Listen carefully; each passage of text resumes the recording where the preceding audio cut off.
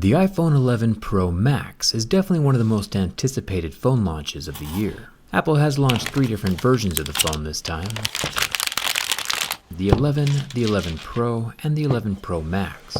So I figured I'd durability test the most expensive of the 3. Apple's done some pretty interesting stuff with this new version. There's a lot to check out and take in. Let's get started.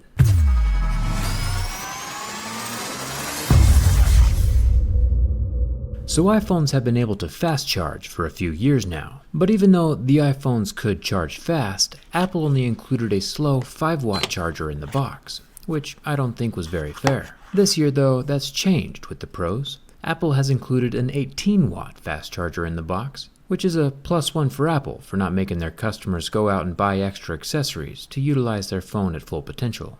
It's definitely a step in the right direction.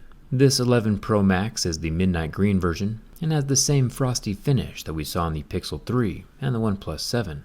It helps keep fingerprints to a minimum.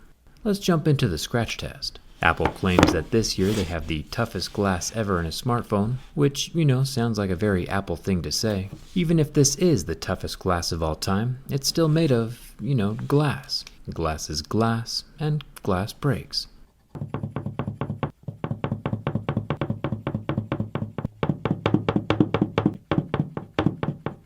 If anyone ever comes up with something stronger than glass, they'll definitely be calling it something different. Until then, we see scratches at a level 6 with deeper grooves at a level 7.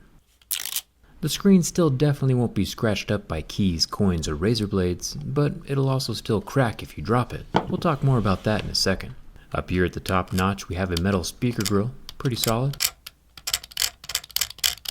Won't be falling out on its own.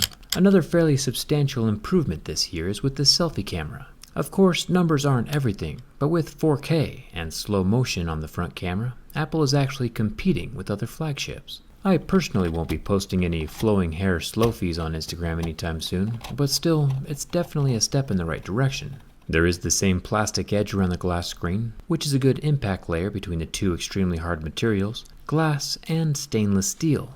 The vast majority of smartphones these days are made from aluminum. It's lighter, cheaper, and more malleable than most of the metals, so it's fairly easy and inexpensive to form into a phone. The sound you hear though is stainless steel. Steel is a much stronger metal than aluminum, so strong in fact it's difficult for my razor blade to get a bite on the metal. Steel is a 5.5 on Mohs scale of hardness, which is about the same level as my razor blade. Aluminum would be a 3 or a 3.5, which makes it much easier to scratch than stainless steel. Apple has taken their perceived premium branding and actually used a premium material to match. The phone is still plenty expensive, of course, but the price tag is a little more justified by the materials being used. It's a step in the right direction. There's still no expandable memory card slot, which is good since it leaves me with something to complain about.